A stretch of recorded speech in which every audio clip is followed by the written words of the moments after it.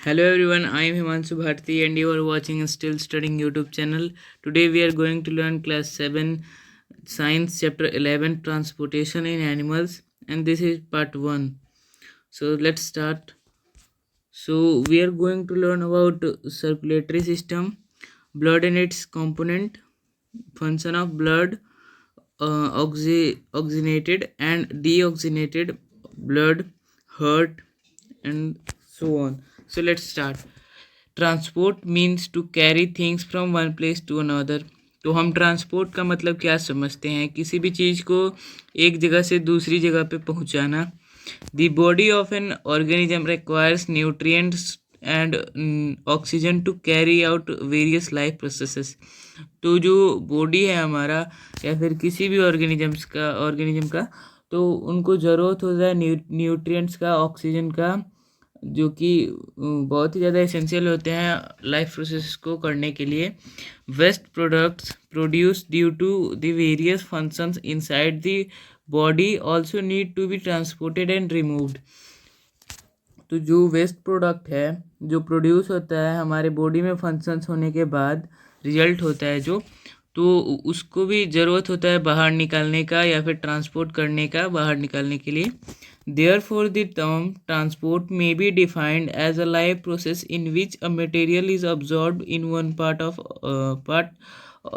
or organ of an organism and is carried to the other part of in its body। तो इसीलिए जो term transport है उसको life process कहा जा सकता है, क्योंकि उसमें मटेरियल को ऑब्जॉर्व किया जा रहा है किसी पार्ट से या फिर ऑर्गन से, ऑर्गेनिज्म के, जिससे नहीं मतलब उसको लाइफ प्रोसेस को इसलिए कह सकते हैं क्योंकि उससे ट्रांसपोर्ट किया जा रहा है बॉडी में अलग अलग कंपोनेंट्स किसी भी ऑर्गेनिज्म के कोई एक स्पेशल ऑर्गन से लेके। सर्कुलेट नहीं अभी है उधर। इन एनिमल बॉडी, एनिमल्स के बॉडी में these functions are carried out by an internal transport system called as circulatory system. तो जो एनिमल बॉडी है उसमें ये फंक्शन होता है और इस फंक्शन को कहा जाता है सर्कुलेटरी सिस्टम। सर्कुलेटरी सिस्टम क्या होता है मतलब उसके बारे में फुल एक्सप्लेन। सर्कुलेटरी सिस्टम और blood circulatory system is the main transport system in human being and animals. It makes food. तो जो भी सर्कुलेटरी सिस्टम होता है वो सबसे ज़्यादा इम्पोर्टेंट होता है हमारे बॉडी में या फिर किसी भी एनिमल के बॉडी में। बहुत ही ज़्यादा इम्पोर्टेंट सिस्टम होता है क्योंकि इससे बहुत सारी चीज़ें ट्रांसफ़र होती हैं हमारे बॉडी में एक जगह से दूसरी जगह, जैसे फूड, वाटर, ऑक्सीजन जो हमारे दूसरे पार्ट्स में हैं वो फिर से अलग अलग पार्ट्स में भेजे जाते हैं, इसीलिए ये बहुत ही ज़्यादा इम्पोर्टेंट होते हैं। The circulatory system consist of blood vessels and heart. तो जो सर्कुलेटरी सिस्टम होता है उसमें ये सारी चीज़ें शामिल होती हैं। ब्लड शामिल होता है, ब्लड वेसल्स यानी कि नसें कह सकते हैं। ब्लड वेसल्स मतलब कि vessels that carry blood are called blood vessels. तो वो, और हार्ट, हमारा हार्ट बहुत सबसे ज़्यादा इम्पोर्टेंट यही होता है सर्कुलेटरी सिस्टम में। तो देखिए यहाँ पे दिया हुआ है एक, इसको रफ डायग्राम कह सकते हैं क्योंकि ये पूरी तरह से नहीं बनाया गया जैसे होता है रियल में, वैसे नहीं बनाया गया, ये थोड़ा सा अलग बनाया गया है समझने के लिए। अब आगे ब्लड क्या होता है और उसके कंपोनेंट्स। तो blood, it is a fluid tissue that flows in blood vessels. तो ब्लड क्या होता है? एक फ्लूइड मतलब कि लिक्विड टाइप का एक टिश्यू होता है जो हमारे ब्लड वेसल में फ्लो करता है। It is red in colour and it flows through a network of tubes in the whole body called blood vessels. तो इसका कलर रेड होता है, ये हमारे पूरे बॉडी में फ्लो करता है ट्यूब्स के नेटवर्क में। ट्यूब्स को कहा जाता है blood vessels. Blood is pumped to every part of animal by heart. तो जो ब्लड होता है वो पंप किया जाता है एनिमल के सारे पार्ट्स तक हार्ट के द्वारा, दिल के द्वारा। Blood consist of 4 components. Blood के 4 कंपोनेंट्स होते हैं, that is plasma, red blood cells, RBC उसको कहा जाता है, white blood cells also WBC and platelets. तो ये चारों कंपोनेंट्स होते हैं ब्लड के। Plasma is a liquid while RBC and WBC are platelets that float in it. तो जो प्लाज्मा होता है वो लिक्विड होता है, लेकिन जो RBC और WBC और प्लेटलेट्स हैं वो सारे उसके ऊपर फ्लोट करते हैं। प्लाज्मा क्या होता है? It is the sticky liquid part of the body which is pale yellow in colour. तो प्लाज्मा एक लिक्विड पार्ट होता है बॉडी का, स्टिकी लिक्विड पार्ट, जो कि येलो कलर का होता है। It is 90% of water. तो ये 90, इसके अंदर 90% पानी होता है और 3.5% कॉमन सॉल्ट होता है, नमक होता है। It contains dissolved substances. इसके अंदर घुलनशील सब्सटेंसेस होते हैं जो घुल जाते हैं पानी में, उसी को डिजॉल्व सब्सटेंसेस कहा जाता है। such as digested food and waste product and carry them from one part to another part in the body। तो ये जो होता है प्लाज्मा, उसके अंदर डाइजेस्टेड फूड होता है, वेस्ट प्रोडक्ट होता है, जो कि एक पार्ट से दूसरे पार्ट में कैरी आउट किया जाता है। अब है red blood cells RBC। RBC are red in colour. जो RBC होते हैं रेड ब्लड सेल्स, वो लाल होते हैं कलर में, नाम से ही पता चल रहा है। Due to the presence of pigment called haemoglobin. तो उसमें जो हेमोग्लोबिन होता है उसी की वजह से इनका कलर लाल होता है। This pigment carries oxygen by binding with it. तो ये जो पिगमेंट होता है उसमें ऑक्सीजन आके चिपक जाता है और वो ऑक्सीजन को कैरी करता है haemoglobin is a red protein that binds with oxygen and transports oxygen to all parts of the body and ultimately to all cells. तो हेमोग्लोबिन जो होता है वो ब्लड के साथ साथ मूव करता है और सारे जितने भी पार्ट्स हैं बॉडी के उन सब में ऑक्सीजन पहुंचा देता है, इवन सेल्स के अंदर तक। अब है in the presence of haemoglobin which makes the blood appear red. तो हीमोग्लोबिन ही कारण है जिससे कि जो ब्लड होता है वो लाल हो जाता है। When haemoglobin binds with oxygen, जब ये ऑक्सीजन के साथ मिलता है, इट फॉर्म्स ऑक्सो हेमोग्लोबिन। तो उसको ऑक्सी हेमोग्लोबिन कहा जाता है। Which is transported to various body parts, जो कि अलग अलग पार्ट्स में बॉडी के ट्रांसपोर्ट किया जाता है। The carbon dioxide from the various parts is transported back by binding again with hemoglobin। तो जो कार्बन डाइऑक्साइड है अलग अलग पार्ट से जो निकला हुआ है, कार्बन डाइऑक्साइड जो रिलीज हुआ है वो फिर से बाइंड हो जाता है हेमोग्लोबिन के साथ और फिर से वो ट्रांसपोर्ट कर दिया जाता है। और जब ये बाइंड होता है, मतलब एक दूसरे से जब ये जुड़ते हैं कार्बन डाइऑक्साइड और हेमोग्लोबिन, तो उसको कार्बो ऑक्सी हेमोग्लोबिन कहा जाता है। विथ CO2, जब ये CO2 के साथ मिलता है तब इसको ये कहा जाता है कार्बोक्सी हेमोग्लोबिन विथ CO2, मतलब CO2 को मिलने के साथ। This CO2 is expelled out from the body. तो जो बॉडी होता है उसके अंदर से CO2 को निकाल दिया जाता है बाहर। अब है वाइट ब्लड सेल्स क्या होते हैं?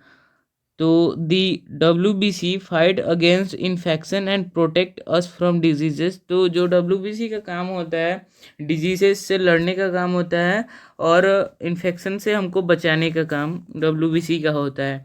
WBC Yeats up the germs. जो WBC होता है वो जर्म्स को खा जाता है, लाइक बैक्टीरिया डेट कैजेस डिजीज, मतलब ऐसे बैक्टीरिया जिनसे डिजीजेस हों उन सबको खा जाता है। WBC also makes antibodies that fight against infection. तो ये WBC है वो एंटीबॉडी भी बनाता है, जैसे कंप्यूटर में एंटीवायरस होता है ठीक वैसे ये एंटीबॉडी भी बनाता है जो कि इन्फेक्शन के अगेंस्ट लड़ते हैं। The number of WBC is quite less than RBC। तो जो WBC होता है वो कम होता है RBC से। WBC can change their shape and move on their on. तो ये जो WBC होता है वो अपना शेप चेंज कर सकता है और वो खुद से मूव कर सकता है। They can squeeze out of the blood vessels to reach any part of the body. तो ये जो WBC है वो ब्लड वेसल्स से बाहर भी आ सकता है बॉडी के अलग अलग पार्ट्स में पहुंचने के लिए, क्योंकि इसका काम होता है इन्फेक्शन से या फिर डिजीजेस से लड़ना। तो ये कहीं पर भी जाके लड़ सकता है। प्लेटलेट्स क्या होते हैं? Blood platelets are small irregular tiny fragments of special cells formed in the bone marrow. तो जो ब्लड प्लेटलेट्स होते हैं वो छोटे होते हैं और सेल्स के फ्रेगमेंट्स होते हैं जो बोन मैरो से बने हुए होते हैं। मतलब मान लीजिए अगर हमारा हाथ कट जाता है तो वहाँ से खून आता है, तो खून रुकने के लिए खून को रोकने में हेल्प कौन करता है? प्लेटलेट्स ही हेल्प करते हैं। These colorless and help in these are colorless and help in clotting of blood in a cut or wound। तो जैसा मैंने बताया कि अगर चोट लग जाए तो वहाँ पर ये जाकर खून बाहर आने से रोक देते हैं, ब्लड को बाहर आने से रोक देते हैं। यही इनका काम होता है। ये कलरलेस होते हैं, इनमें कोई कलर नहीं होता। If a cut or wound is made the blood start flowing from it. अगर कहीं पे भी चोट लग जाता है, कट जाता है और अंदर से खून बाहर आने लगता है, after some time the platelets plug the cut and the bleeding stops due to the formation of a dark red clot. तो हम देखते हैं कि कहीं पर भी खून आता है तो कुछ देर बाद वो खून रुक जाता है बाहर आना, और वहाँ पे एक गाढ़ा कलर का, मतलब रेड ही होता है लेकिन गाढ़ा होता है, और वो उस वहाँ पे एक परत जम जाता है जिससे खून नहीं आता। तो वही होता है platelet. If platelets are not present in blood, अगर प्लेटलेट्स ब्लड में नहीं होंगे, the blood flow from the cut or wound will not stop causing excess loss of blood which may be fatal to a person leading to death। तो अगर हमारे blood में platelets नहीं होंगे, प्लेटलेट्स कम होंगे, तो क्या होगा कि अगर थोड़ा सा भी कहीं पे चोट लग जाता है, मतलब थोड़ा सा नहीं, ज़्यादा ही, थोड़ा ज़्यादा नहीं, उतना भी नहीं, मीडियम में चोट लगता है, तो भी उधर से ज़्यादा खून आने की वजह से आदमी का डेथ हो सकता है प्लेटलेट्स ना होने के कारण। इसीलिए प्लेटलेट्स इम्पोर्टेंट है। फंक्शन ऑफ ब्लड, ब्लड का जो फंक्शन होता है, मतलब ब्लड किस लिए होता है, क्या क्या काम होता है ब्लड से, वो सब।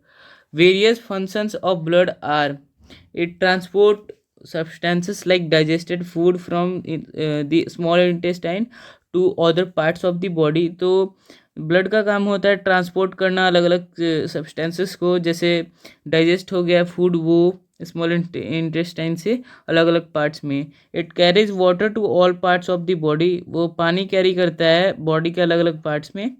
It carries oxygen and CO2 during circulation. तो सर्कुलेशन के टाइम पे ये ऑक्सीजन या फिर कार्बन डाइऑक्साइड कैरी करता है blood. It carries waste products like urea from liver to kidney and for excretion in urine. तो यूरिन के एक्सक्रेशन के लिए ये यूरिया भी कैरी करता है,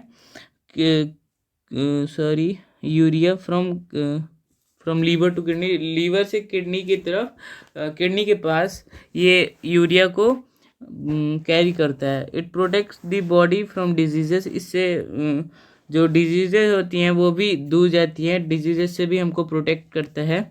ब्लड वेसल्स क्या होते हैं? These are tubes or pipes that carry blood throughout the body.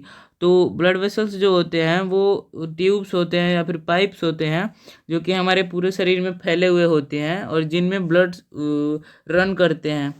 It runs between the heart and the rest of the body. यह हार्ट से जितने भी बॉडी में जितने भी कंपोनेंट्स हैं, मतलब जितने भी पार्ट्स हैं, सब तक ये पहुंचता है, ब्लड वेसल्स पहुंचते हैं।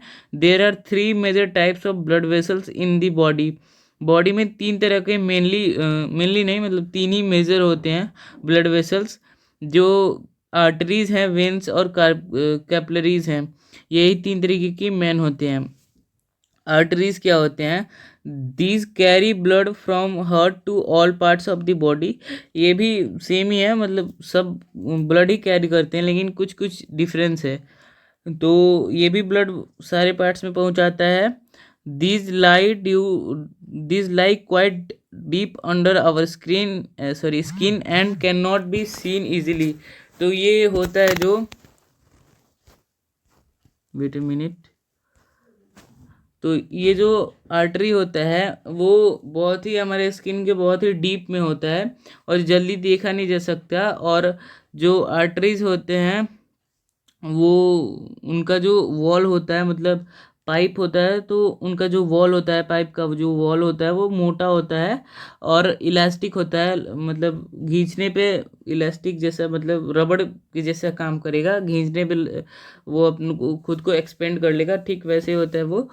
और वो हमारे ऐसा इसलिए होता है उसका प्रॉपर्टी, क्योंकि जो प्रेशर होता है हार्ट के पंप करने से वो बहुत ही ज़्यादा होता है, इसलिए उसको इस तरीके से डिजाइन किया होता है। No valves are present in the arteries, arteries में कोई भी वॉल्व नहीं होता। The main artery that is aorta is connected to the left vertical ventricle of the heart. तो हार्ट के लेफ्ट वेंट्रिकल में ये जो मेन है ऑर्टो सॉरी ऑर्टा, जो ये आर्टरी है ऑर्टा, मेन आर्टरी, वो प्रेजेंट होता है लेफ्ट वेंट्रिकल में हार्ट के। It carries oxygenated blood from the left ventricle to all the parts of the body except the lungs। तो lungs को छोड़ के ये जो ऑर्टा होता है वो बॉडी के सारे पार्ट्स तक ब्लड को पहुंचाता है, और ये जो ब्लड लेता है वो लेफ्ट वेंट्रिकल से लेता है हार्ट के। Another artery called pulmonary artery is connected to the right ventricle of the heart and carries deoxygenated blood from the right ventricle to the lungs। तो एक और आर्टरी होता है पल्मोनरी आर्टरी, जो कनेक्ट होता है राइट वेंट्रिकल में heart के, और वो डीऑक्सीनेटेड, मतलब उसमें जो ब्लड वो कैरी करता है उसमें ऑक्सीजन नहीं होता है, वो राइट वेंट्रिकल लंग्स, मतलब फ्रॉम राइट, हाँ, वो लंग्स तक पहुंचाता है डीऑक्सीनेटेड ब्लड को। अब यहाँ पे इम्पोर्टेंट एक बात बताया गया है, the arteries normally carry oxygenated blood from the heart, but one artery called pulmonary arteries artery carries deoxygenated blood from the heart to lungs. तो ये जितने भी आर्टरीज होते हैं वो नॉर्मली कैरी करते हैं ऐसे ब्लड जिसमें ज़्यादा ज़्यादा नहीं, मतलब ऐसे ब्लड जिसमें ऑक्सीजन होता है, लेकिन एक ऐसा आर्टरी होता है पल्मोनरी आर्टरी जो कि कैरी करता है बिना ऑक्सीजन वाले ब्लड को, मतलब कार्बन डाइऑक्साइड वाले ब्लड को, जो कैरी करता है हार्ट से लंग्स की ओर। अब वेन्स क्या होते हैं? These are the blood vessels that carry blood from all parts of the body back to the heart। तो ये वेंस क्या होते हैं? मतलब वेंस का यही काम होता है कि बॉडी के अलग अलग पार्ट से ब्लड वेसल्स जो होते हैं, जिनमें बॉडी के अलग अलग पार्ट से ब्लड्स आते हैं हार्ट की ओर दोबारा, तो वो जिस रास्ते से आते हैं उन्हीं को वेन्स कहा जाता है। This tube like blood vessels, ये जो ट्यूब लाइक ब्लड वेसल्स हैं, are situated just under the skin, ये स्किन के जस्ट नीचे होते हैं, वो आसानी से दिख सकते हैं हमको, और ये ग्रीनिश ब्लू में होते हैं, मतलब हल्का हल्का ग्रीन और ब्लू कलर होता है इनका। Tubes are lines below the skin, ये स्किन के जस्ट नीचे होता है, आप देख सकते हैं आसानी से, जो हमें नसें दिखती हैं ना ऐसे नॉर्मली, वही नसें होती हैं veins. These carry deoxygenated blood from the body parts to the heart। तो इनका यही काम होता है कि deoxygenated blood को कैरी करना बॉडी के अलग अलग पार्ट से हार्ट में। Veins have thin wall and blood flows at low temperature through veins। तो जो वेन्स होते हैं उनका जो वॉल होता है, दीवार होता है अंदर से, तो दीवार इनका थोड़ा सा पतला होता है, और जो इनमें ब्लड फ्लो करता है वो लो प्रेशर में फ्लो करता है, इसीलिए ऐसा इनका जो दीवार है वो पतला होता है।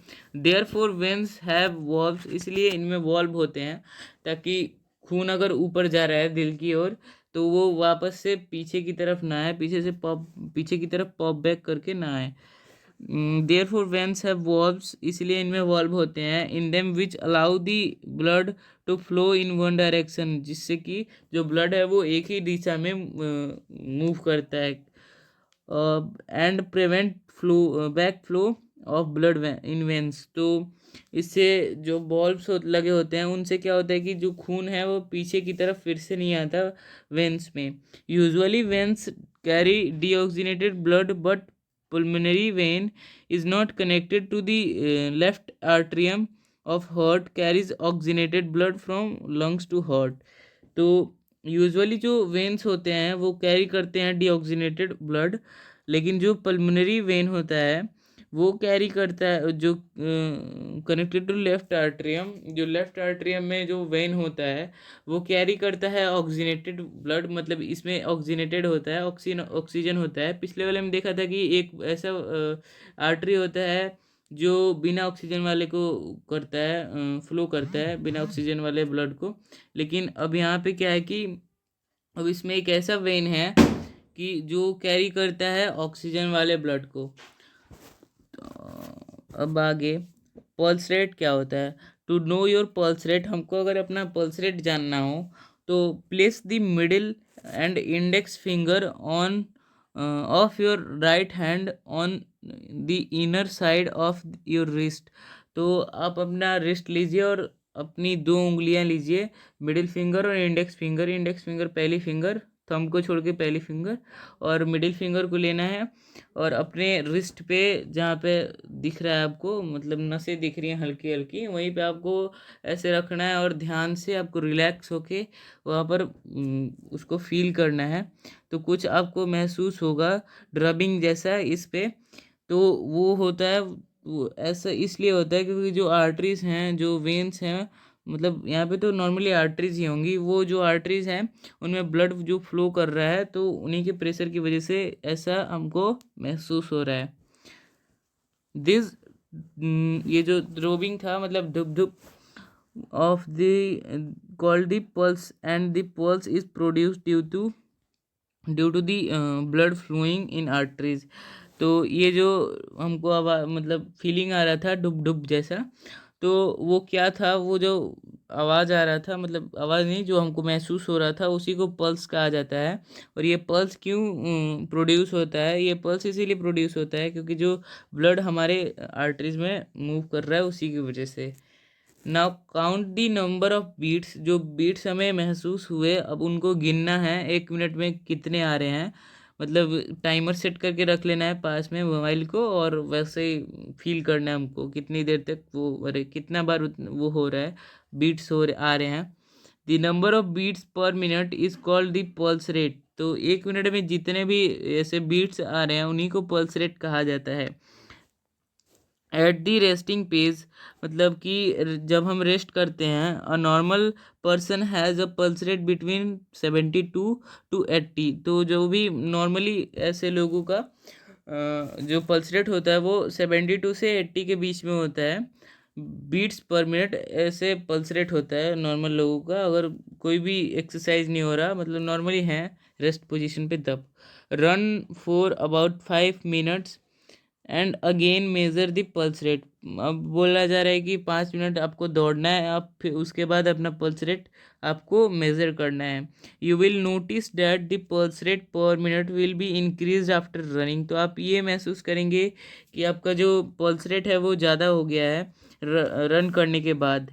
अब होते हैं, अब ये तीसरा जो वेन्स ब्लड वेसल्स का जो तीसरा टाइप था, अब उसके बारे में है।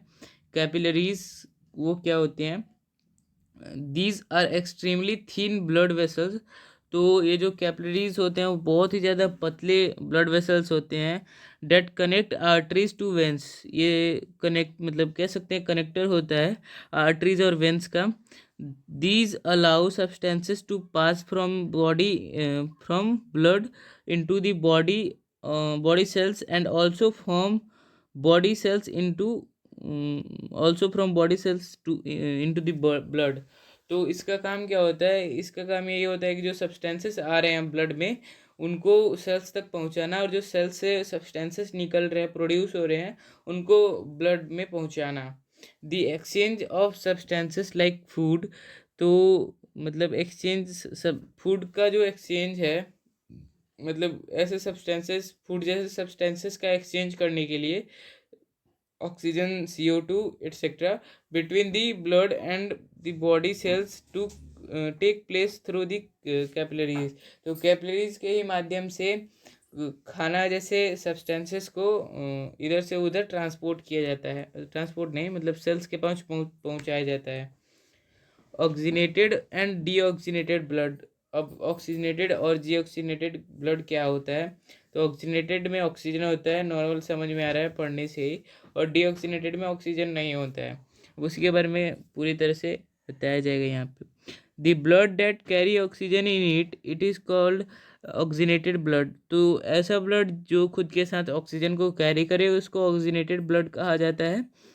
That is it is rich oxygen. तो जो ये ऑक्सीनेटेड ब्लड होता है वो ऑक्सीजन की मात्रा उसमें ज़्यादा होती है. The oxygenated blood comes from the lungs. ये जो ऑक्सीनेटेड ब्लड्स हैं वो लंग्स की तरफ से आते हैं. Where oxygen from the fresh air. जहाँ पे हमारे फ्रेश एयर मतलब वातावरण से, एटमॉस्फेयर से हम ऑक्सीजन को लेते हैं. Gets mixed into the blood and is carried towards the heart. तो जो हम ऑक्सीजन को हम ब्रीथ करते हैं वो मिल जाता है ब्लड के साथ और हमारे हार्ट की तरफ आता है और फिर वहाँ से हमारे सारे बॉडी पार्ट्स में पहुँच जाता है. The blood that is rich in carbon dioxide. जो ब्लड मतलब जिस ब्लड में कार्बन डाइऑक्साइड की मात्रा ज़्यादा होती है, that is all oxygen has been used by tissues and organs is called deoxygenated blood.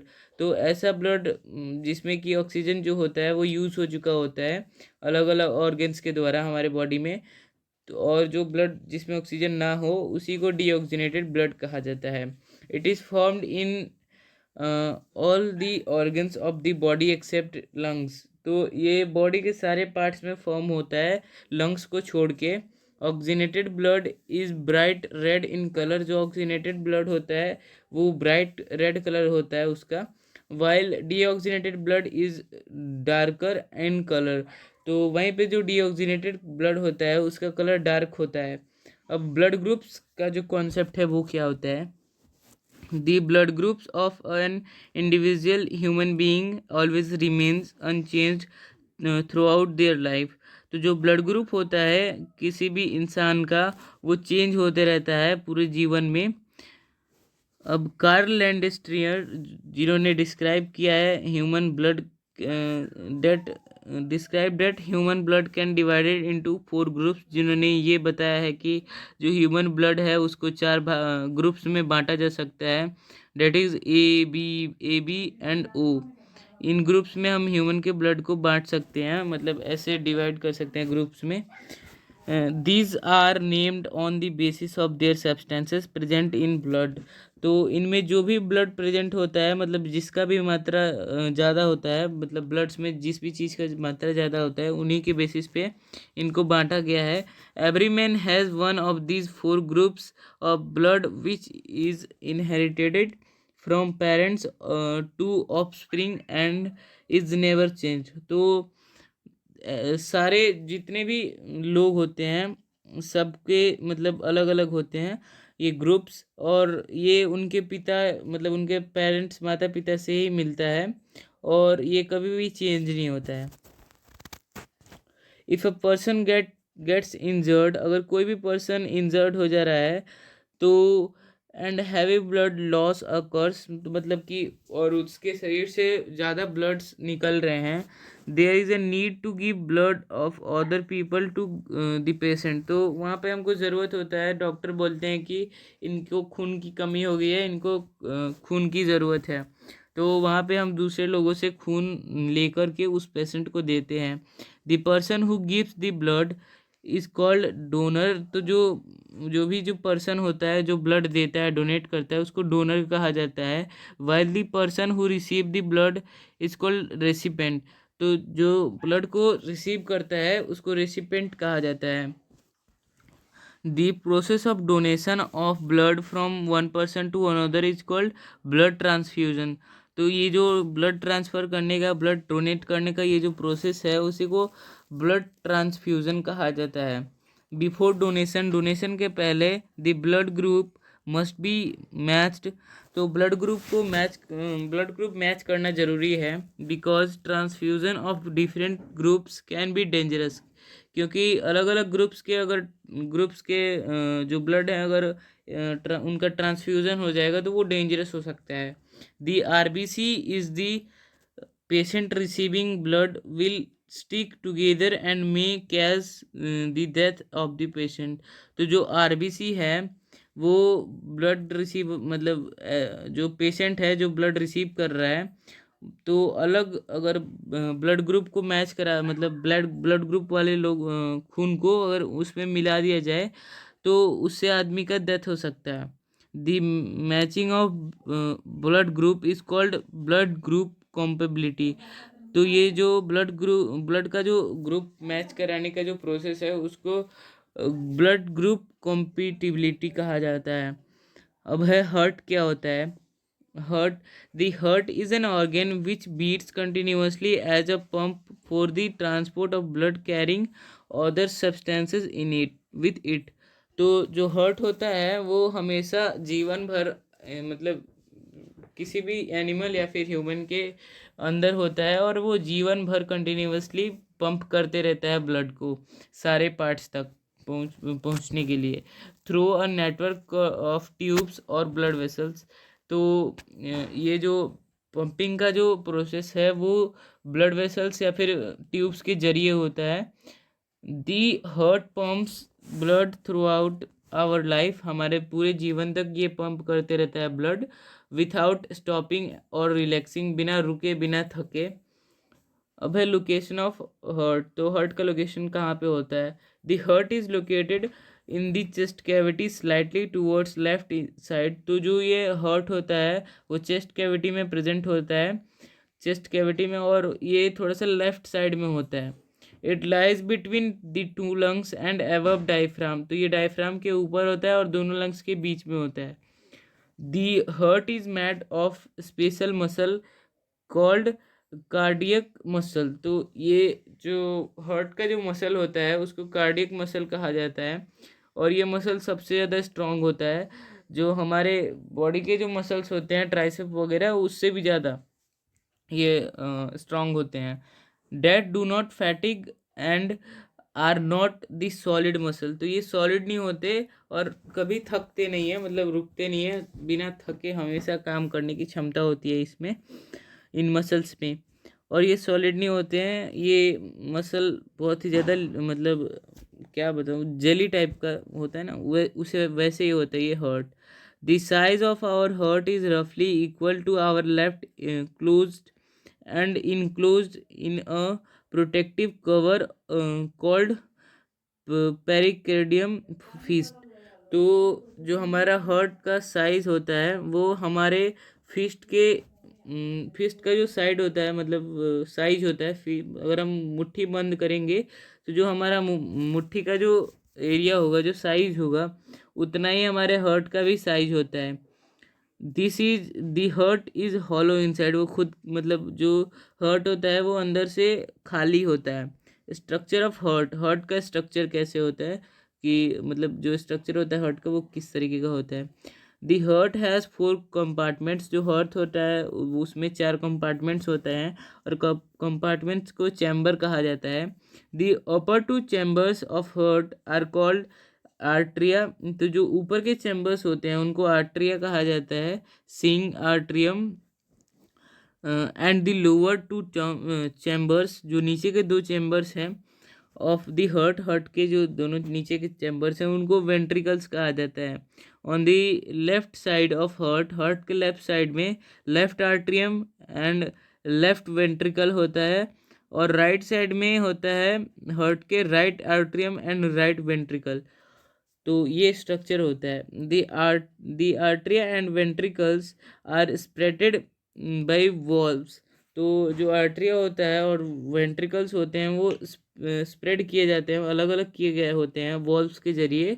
These are the muscular flaps that allow the blood to follow in only one direction. तो ये जो flap होते हैं, valve होते हैं, उनका यही काम होता है कि ब्लड को किसी भी एक डायरेक्शन में मूव कराने के लिए, फ्लो कराने के लिए।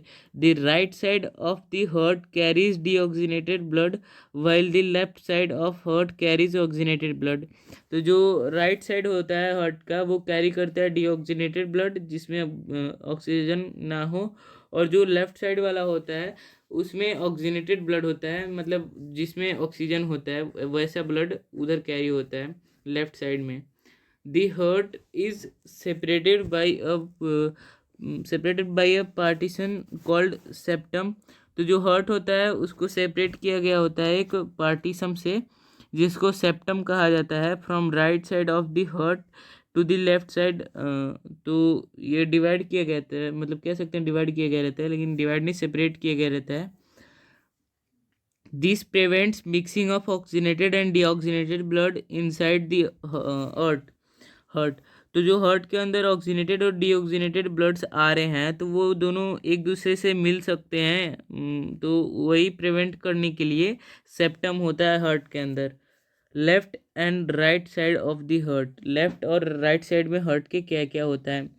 The left and right side of the heart act as two separate pumps. तो जो लेफ्ट और राइट साइड होता है हार्ट का वो दो सेपरेट पंप्स की तरह काम करता है। The left side of heart pumps the oxygenated blood into the blood whole body. तो जो लेफ्ट साइड वाला होता है हार्ट वो पंप करता है ऑक्सीजन वाला ब्लड हमारे पूरे बॉडी में, while the right side of the heart pumps the deoxygenated blood to the lungs. तो जो राइट साइड वाला होता है हार्ट वो पंप करता है डीऑक्सीनेटेड ब्लड हमारे लंग्स की ओर। The left side of heart pumps, ये शायद हो गया, हाँ ये हो गया। Deoxygenated blood must be kept separated from deoxygenated blood. तो जो ऑक्सीनेटेड ब्लड होता है वो डीऑक्सीनेटेड ब्लड से सेपरेट रहना चाहिए। Blood to supply good amount of oxygen to the body cells for respiration and release of energy. तो ऐसा इसलिए ज़रूरी है क्योंकि जो मात्रा है गुड अमाउंट ऑफ ऑक्सीजन हमारे सारे ब्लड से बॉडी सेल्स में पहुँचे रेस्पिरेशन के लिए या फिर एनर्जी रिलीज करने के लिए। If the oxygenated and deoxygenated blood will mix with each other, अगर ऑक्सीनेटेड और डीऑक्सीनेटेड ब्लड एक दूसरे के साथ मिल जाता है, the body cells will not be able and to get enough oxygen for respiration due to which less energy will be release in the body.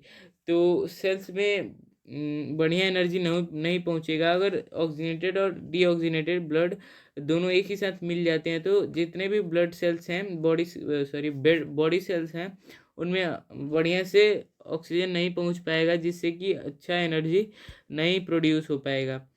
तो इसी के साथ हमारा आज का टॉपिक ख़त्म होता है, मतलब एक पार्ट ख़त्म होता है। मिलेंगे आपसे नेक्स्ट इसी वीडियो के नेक्स्ट पार्ट में। तब तक के लिए बाय बाय, और अगली वीडियो के लिए स्टे ट्यून्ड। और कोई गलती हो तो आप मेरी गलती को कमेंट बॉक्स में लिख सकते हैं। तब तक मिलेंगे आपसे नेक्स्ट वीडियो में, तब तक के लिए बाय बाय।